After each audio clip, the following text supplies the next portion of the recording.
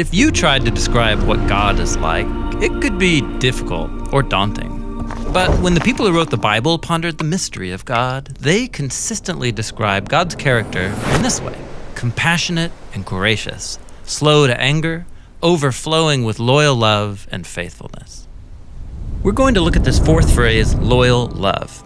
It translates the Hebrew word chesed, which is hard to translate into any language because it combines the ideas of love, generosity, and enduring commitment all into one.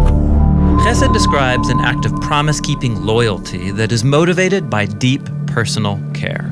Like in the story of Ruth. Ruth is a foreigner married to an Israelite man, but tragically, her husband dies along with his brother and his father. All Ruth has left is her widowed mother-in-law, Naomi, who has nothing to give her. Naomi tells Ruth she should go back to her people, but instead, Ruth promises to stay by Naomi's side and take care of her. And as other people watch Ruth keep this promise over time, they call it an act of chesed. Notice that Ruth's chesed is not conditional or based on Naomi's worth. Rather, it's an expression of Ruth's character. She just is a generous and loving person who keeps her word. That's chesed. Now, Ruth's loyal love is truly inspiring, but the one who shows the most enduring chesed in the Bible is God. Like in the story about Jacob, who is a treacherous liar even to his own family. But despite that, God chooses him and repeats the promise he made to Jacob's grandfather Abraham, that he would have a huge family through whom God would restore his blessing to the nations.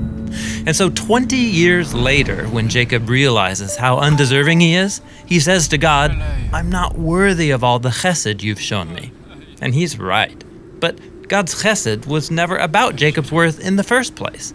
It's a display of God's generous loyalty to his promise. God's chesed continues into the story of Jacob's descendants, the Israelites. When they're enslaved by Pharaoh in Egypt, we're told that God remembered his promise to Abraham and Jacob, so God defeats Egypt and raises up Moses to liberate the people and lead them into the promised land. And in the story, this is called an act of chesed because it was about God keeping his word. Now, on their way to the promised land, the Israelites are scared of the nations around them, and they doubt that God can protect them. So the people threaten to kill Moses and appoint a new leader to take them back to Egypt. God is understandably hurt and angry, but Moses steps in and says, "Forgive the sin of these people because of your great chesed." Notice that Moses asks God to forgive not because the people deserve it, but because it's consistent with God's own character.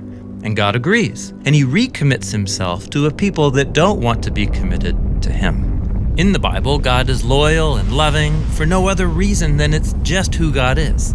Of course, he wants his people to respond with chesed in return, but even when they don't, God's chesed remains. The prophet Hosea compared Israel's chesed to a morning mist that's here one moment and gone the next. But God's chesed is enduring.